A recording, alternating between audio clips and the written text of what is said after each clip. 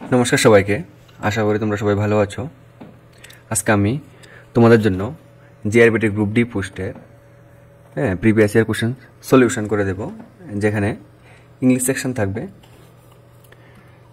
দুটো পেজেস থাকবে, পাস করে 10 নাম্বার, এবং গ্রামাটিক্যাল পার্ট থাকবে 20 number. Hello dear student, this is Raja, welcome to teacher's guide. Let's start. এখানে পেজেসটি হলো the king of Babylon wanted to have a son. বেবিলিয়নের রাজা এমন চেয়েছিল যাতে তার একজন পুত্র সন্তান হয়, but the queen gave birth to a daughter. কিন্তু তার রানী কি করলো, একটা কন্যা সন্তান জন্ম দিল। So the king was very sad and he did not want to see the face of his daughter. কন্যা সন্তান জন্ম দেওয়ায় রাজা খুবই দুঃখী ছিল এবং তার কন্যার চেহারা দেখতে চাইল না। Take the child to the woods and leave it there, the king said to his servant. রাজা কি করলো, তার চাকরকে অর্ডার দিল, take the child to the woods and leave it there. কি বললো যে বাচ্চাটাকে নিয়ে নাও এবং বনে নিয়ে ছেড়ে দিয়ে আসো। এখানে উডস বলতে কি বোঝাচ্ছে, বন বোঝাচ্ছে। উডস বলতে ফরেস্ট বোঝাচ্ছে। তো the servants অবেড the order of the king. চাকর কি করলো, রাজার অর্ডার মান্য করলো, and left the child in the forest. এবং কি করলো, বাচ্চাটাকে ফরেস্টের মধ্যে, বনের মধ্যে রেখে দিয়ে আসলো। A she bear saw the child and took it to her den. এই শিভিয়ার বলতে কি, একটা স্ত্রী ভালুক দেখলো, কাকে দেখলো, বাচ্চাটিকে দেখলো, and took it to her ডেন, তার গুহায় বা তার বাসস্থানে নিয়ে গেল। ডেন বলতে কি বোঝায়, ডেন বলতে ওয়াইল্ড এনিমেলের হাউস বোঝায়, ওয়াইল্ড এনিমেলের হাউস বোঝায়, ওকে, বা বন্য প্রাণীদের বাসা বা গুহা এমন বোঝায়। তো তারপর দেখো, she did not do any harm to the child. মহিলা ভালুকটি কি করলো, বাচ্চাটিকে কোনো ক্ষতি করলো না, বড় করলো। ব্রিং আপ মানে কি, লালন পালন করা, ব্রট it up. After few years the villagers saw the girl and brought her to the village. কিছু বছর পরে ভিলেজার্স, গ্রামবাসীরা কি করলো, তাকে দেখলো, স দ্য গার্ল মেয়েটিকে দেখলো, and brought her to the village, গ্রামের মধ্যে আনলো মেয়েটিকে। দে নেমড হার আটলান্টা। তারা কি করলো, মেয়েটিকে নাম দিল কি, আটলান্টা। শি বিকেমস ফেমাস ফর হান্টিং। সে আর তারপর কি হলো, ফেমাস হয়ে গেল, বিখ্যাত হয়ে গেল, ফর হান্টিং, শিকার করার জন্য। She was also very swift runner and no one could run as fast as she could. মানে সে খুবই দ্রুত দৌড়াতে শিখে গেল এবং কেউই তার মতো দ্রুত দৌড়াতে পারতো না। এই হলো পেজেসটা। কেমন, তাহলে পেজটার কি সামারি পেলাম আমরা। একজন রাজা ছিল, সে চাইতো যে তার একজন পুত্র সন্তান যাতে হয়, কিন্তু তার রানী কি জন্ম দিল, একটা কন্যা সন্তান জন্ম দিল। রাজা তারপর তার চাকরকে অর্ডার দিল, সন্তানটাকে যাতে বনে নিয়ে ফেলে আসে, এবং তার চাকরটা কি করলো, সন্তানটিকে বনে ফেলে দিয়ে আসলো। সেখান থেকে একটি মহিলা ভালুক কি করলো, সন্তানটিকে নিয়ে গেল লালন পালন করে বড় করলো। কিন্তু একদিন গ্রামবাসীরা যখন মেয়েটিকে দেখলো এবং গ্রামের মধ্যে আনলো, তখন দেখলো যে মেয়েটি খুব দ্রুত দৌড়ায়, যাতে কেউই আর ওই মেয়েটির মতো দৌড়াতে পারে না। তো আমরা এখন কোশ্চেন সলিউশন সলভ করবো, দেখে নিই। Question number 1, the king order his servants to take the child and. King order his servant, তার চাকরকে অর্ডার দিল, টু টেক দ্য চাইল্ড, বাচ্চাটিকে নিয়ে যাওয়ার জন্য, অ্যান্ড কি, float it down the river, নদীর মধ্যে ভাসিয়ে দেওয়ার জন্য, leave it in the forest, বনের মধ্যে রেখে আসার জন্য, স্লেট। কোনটা হবে উত্তর, এখানে হবে option number B, leave it in the forest. Question number 3, the king's daughter was brought up by. King's daughter was brought up by মানে রাজার মেয়েটিকে কে লালন পালন করলো, অ্যান এল্ডারলি ওমেন, একজন বয়স্ক মহিলা, এ শি ওলফ, একজন স্ত্রী নেকড়ে, না এ শি বিয়ার, একজন স্ত্রী ভালুক। এখানে কি হবে, একটি স্ত্রী ভালুক, a she bear. Question number 4, Atalanta the king's daughter became famous for hunting. Atalanta the king's daughter became famous for hunting. এখানে কি বললো, the antonym of the word famous. ফেমাসের অ্যান্টোনিম, অ্যান্টোনিম মানে কি, বিপরীত শব্দ, অ্যান্টোনিম মানে বিপরীত শব্দ। এখানে ফেমাসের বিপরীত শব্দ কি হবে, ফেমাস মানে বিখ্যাত, পপুলারও মানে বিখ্যাত, আর নন মানে যে কাউকে চিনে না, আর ফেমডও মানে বিখ্যাত। তাহলে এখানে অ্যান্টোনিম হবে কি, আর নন মানে অজানা। কোশ্চেন নাম্বার 5 দেখো, the king of Babylon was sad and did not want to see the face of his daughter because. বেবিলনের রাজা খুবই দুঃখিত ছিল এবং তার কন্যার চেহারা দেখতে চাইল না। কেন, because his daughter was ugly to look, মানে তার মেয়ের চেহারা দেখতে কুৎসিত। শি ওয়াজ আনলাকি, সে দুর্ভাগ্যবশত না। He wanted to have a son, এখানে কারেক্ট অপশন হবে কি হবে, option number C, he wanted to have a son, সে একজন পুত্র সন্তান চাইল। এখন আমরা একটা পেজেস দেখলাম, এখন সেকেন্ড পেজেস দেখবো। এই পেজেসটিতে 5টি কোশ্চেন থাকবে। এখানে কি বলা আছে, the buses are full of conversation and not only public topics but also on embarrassingly private ones. বাসের মধ্যে খুবই কথাবার্তা হচ্ছিল কি নিয়ে? পাবলিক টপিক বলতে যেমন রাজনীতি হতে পারে, দেশ, ইকোনমিক, যে কোনো বিষয় নিয়ে কথাবার্তা। শুধু এর মধ্যে সীমাবদ্ধ নয়, তাছাড়াও but also on embarrassingly private ones, মানে প্রাইভেট টপিক নিয়েও আলোচনা হচ্ছিল। হ্যাঁ, যেই প্রাইভেট জিনিসগুলো আমরা পার্সোনাল রাখি ওইসব জিনিস নিয়েও আলোচনা হচ্ছিল। And not only between acquaintances but also between people who have never met before. Acquaintances মানে কি? হ্যাঁ, মানে সহপাঠী, যারা একজন আরেকজনকে চিনে, হ্যাঁ, তাদেরকে অ্যাকুইন্টেন্সেস বলে, বা সহকর্মী, তাদেরকে অ্যাকুইন্টেন্সেস বলে। শুধু নট অনলি বিটুইন অ্যাকুইন্টেন্সেস, যারা চেনা জানা তাদের মধ্যেই নয়, but also between people who have never met before, মানে এমন কিছু লোক ছিল যে কোনোদিন কাউকে দেখো না, কিন্তু তাদের মধ্যেও প্রাইভেট জিনিস নিয়ে ডিসকাস হচ্ছিল। এখন দেখো, among the former the jokes are loud and hearty, মানে ওইসব জোকসের মধ্যে সবগুলি ছিল কি লাউড এবং হার্টি, মানে খুবই হাস্যকর এবং খুবই জোরে জোরে ছিল। And they are also permissible between total stranger, এবং তাও আবার বিটুইন টোটাল স্ট্রেঞ্জার্স, মানে মানে যারা একদম চিনে না তাদের মধ্যে এসব নিয়ে কথাবার্তা হচ্ছিল। ওয়ান ডে ফেলো প্যাসেঞ্জার লুকড এট মাই লার্জ সোলার টুপি। এখানে মাই বলতে কে? মাই হলো এখানে প্যাসেজের রাইটার, মাই হলো প্যাসেজের রাইটার। কি বললো? ওয়ান ডে ফেলো প্যাসেঞ্জার্স লুকড এট মাই সোলার টুপি। এখন সোলার টুপি বলতে একটা টুপি, এক ধরনের টুপিকে বোঝাচ্ছে, বা হার্ট টুপিকে বোঝাচ্ছে। মানে একটা প্যাসেঞ্জার আমার টুপি দেখে বললো, রিমার্কড, মানে বললো যে that it was heavier than my whole body, বললো যে আমার টুপিটা আমার দেহের থেকে নাকি বেশি ভারী। And when I replied that, যখন আমি রিপ্লাই করলাম, it was no longer bigger than his turban, he said that, হ্যাঁ, এবং আমি রিপ্লাই করলাম যে it was no longer bigger than his turban, যে আমি রিপ্লাই করলাম যে এটা তোমার মাথার টারবানের থেকে বেশি বড় নয়। এখানে টারবান বলতে কি বোঝায়? টারবান বলতে পাগড়ি বোঝায়। হ্যাঁ, পাঞ্জাবিরা পাগড়ি পরে। তো it was no longer than his turban, এই কথাটা বলার পরেই হি সেড দ্যাট, তারপরে প্যাসেঞ্জার বললো হি হোপড, সে আশা করে, I was not offended by his joke, মানে সে বলছে যে আমি যেন তার জোকে অফেন্ডেড না হয়ে যায়, মানে বিরক্ত না হয়ে যায়। পেজটা বুঝলাম, এখন কোশ্চেন সলভ করবো। Question number 6, the most appropriate word to describe the mood of the passengers is.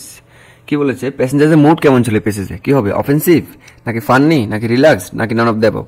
এখানে আমরা দেখেছি সবাই খোলামেলা হাস্যকর ভাবে কনভারসেশন যেহেতু হচ্ছিল, অফেন্সিভও হবে না, ফান্নি হবে না, কি হবে? এটা রিল্যাক্সড হবে। Okay, question number 7, the writer's reply to the fellow passengers. Writer কি রিপ্লাই দিল? ফ্রেন্ডলি দিল, না ক্রুয়েলি, না পোলাইট?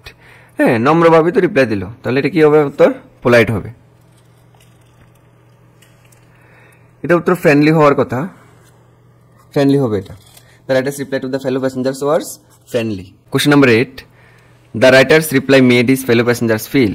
এ যখন বললো যে তোমার টুপিটা তোমার দেহের থেকে ভারী, কাকে বললো? রাইটারকে বললো। তখন রাইটার কি করলো?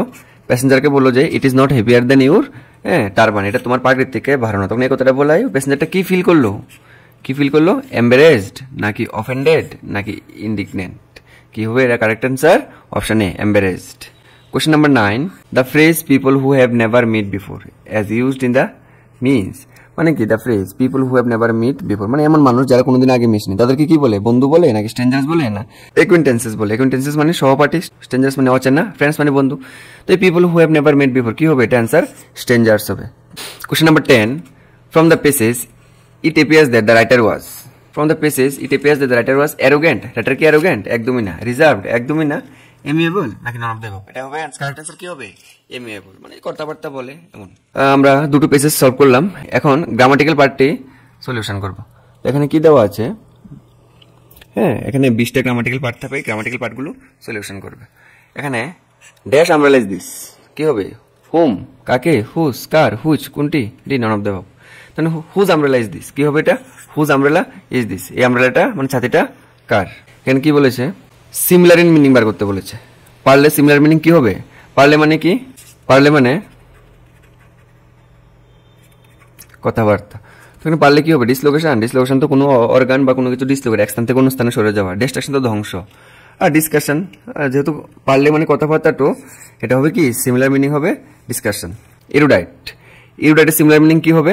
এরুডাইট মানে কি? যে মহাজ্ঞানী বা বিদ্বান, তাকে বলে এরুডাইট। তো এখানে কি হবে? ইগনোরেন্ট, লার্নড, নাকি মিজার? এখানে কারেক্ট অ্যান্সার হবে অপশন এ, লার্নড, মানে যে শিক্ষণীয়, যে শিখে, সেটা হবে এরুডাইট। 34, কি বলেছে? অপোজিট ইন মিনিং বার করতে বলেছে। অপোজিট ইন মিনিং, ফুস্টার মানে কি? ফুস্টার মানে লালন পালন করা। ফুস্টার মানে লালন পালন করা। তো এখানে অপোজিট মিনিং কি হবে? নাচার। নাচার তো যত্ন নেওয়া, প্রমোট উন্নত করা, ডেস্ট্রয় ধ্বংস করা। তো ওই বিপরীত শব্দ কি হবে? Opposite meaning. ফোস্টারের বিপরীত শব্দ হবে ডেস্ট্রয়। এখানে to write a speech several times, to be prepared and sounds right until it flows smoothly. এখানে হ্যাঁ সেন্টেন্সগুলোকে কি বলছে? রিঅ্যারেঞ্জ করতে বলেছে। আমি তোমাদের কাছে এই কোশ্চেনটা রাখবো, তোমরা এটার উত্তরটা কমেন্টে জানাবে এটা রিঅ্যারেঞ্জে কি হবে। এটা কি? আমি এটার অ্যান্সার কমেন্ট বক্সে দিয়ে দেবো, আমি এটার অ্যান্সার কমেন্ট সেকশনে দিয়ে দেবো, তোমরা তোমাদের উত্তর কমেন্টে জানাবে। কোশ্চেন নাম্বার 33 থেকে 41 পর্যন্ত, identify the parts of speech of each underlined word in the following sentence. আমাদের পার্ট অফ স্পিচ বার করতে বলেছে। আমরা জানি কি পার্ট অফ স্পিচ সাধারণত 8 প্রকার। Okay, noun, pronoun, verb, adverb, adjective, preposition, conjunction and interjection. তো এখানে কি বলেছে? The moral law is above the civil. Moral law মানে কি? নৈতিক যে নিয়ম কানুন, এগুলো কি অ্যাবভ। এখানে যে অ্যাবভ ওয়ার্ড, এটা কি? অ্যাবভ মানে উপরে, র্যাঙ্ক বোঝাচ্ছে, র্যাঙ্ক। তো এখানে কি হবে? এটা নাউন হবে নাকি অ্যাডভার্ব হবে নাকি অ্যাডজেক্টিভ হবে? এটা কি হবে? এটা হবে প্রিপোজিশন। কি হবে এটা? প্রিপোজিশন। তো প্রিপোজিশনের কারেক্ট অ্যান্সার হবে কি? Option D. Question number 37, sit down and rest a while. কি বলেছে? সিট ডাউন, বসো এবং কিছু সময় রেস্ট করো। এখানে যে রেস্ট কথাটা, রেস্ট করতে বলেছে কাকে? হোয়াইল। ওকে, এখানে কি হবে? হোয়াইল ওয়ার্ডটা কি হবে? হোয়াইল নাউন হবে, ভার্ব হবে নাকি অ্যাডভার্ব হবে? কিছু সময় রেস্ট করো, তখন এটা কি ভার্বও হবে না, এটা অ্যাডভার্বও হবে না। কি হবে? এটা নাউন হবে। Question number 38, I have seen you before, মানে আমি তোমাকে আগে দেখেছি। এখানে আন্ডারলাইন বিফোরের নিচে, এখানে বিফোর ওয়ার্ডটা কি? অ্যাডভার্ব নাকি প্রিপোজিশন নাকি প্রোনাউন? এখানে যে বিফোর ওয়ার্ডটা, হ্যাঁ বিফোর আফটার, এই যে দুটো ওয়ার্ড, এগুলো কি হবে? Preposition. Question number 39, as he was poor I helped him. সে গরিব হওয়ায় আমি তাকে সাহায্য করেছি। এখানে আন্ডারলাইন কিসের নিচে? এজ এর নিচে আন্ডারলাইন। এজ ওয়ার্ডটা কি হবে?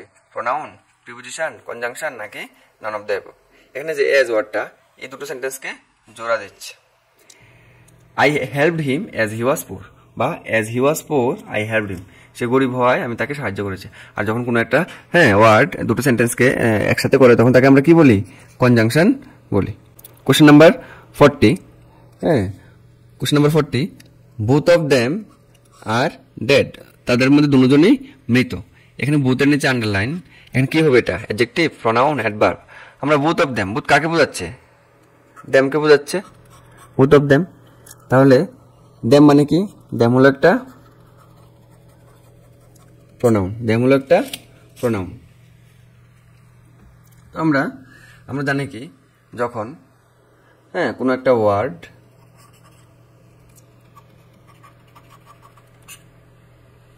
নাউনকে ডেসক্রাইব করে, তখন সেটা কি হয়ে যায়? অ্যাডজেক্টিভ হয়ে যায়। কি হয়ে যায়? অ্যাডজেক্টিভ হয়ে যায়। কিন্তু এখানে কি বলেছে? বোথ অফ দেম, তারা উভয়ই। তো এখানে যে বোথ ওয়ার্ডটা, এখানে কি হিসাবে ব্যবহৃত হচ্ছে? অ্যাডজেক্টিভ হিসাবে না, কি হিসাবে? প্রোনাউন হিসাবে ব্যবহৃত হচ্ছে, কারণ মাঝখানে একটা অফ আছে। এটা কি হবে? Pronoun. Question number 41, the earth revolves round the sun. পৃথিবী সূর্যের চারিদিকে ঘুরে। এখানে আন্ডারলাইন কার নিচে? রাউন্ডের নিচে। তাহলে রাউন্ড ওয়ার্ডটা কি হবে? একটা ভার্ব না, এখানে কোনো অ্যাকশন হচ্ছে না, ভার্ব হবে না। কি প্রিপোজিশন হবে না, অ্যাডজেক্টিভ হবে। রাউন্ড দ্য সান, রাউন্ড এটা কোনো নাউনকে ডিফাইন করছে না, অ্যাডজেক্টিভ হবে না। কি হবে? এটা প্রিপোজিশন হবে, অ্যারাউন্ড দ্য সান। ডাইরেকশন কি বলেছে? Identify the gender of the underlined word.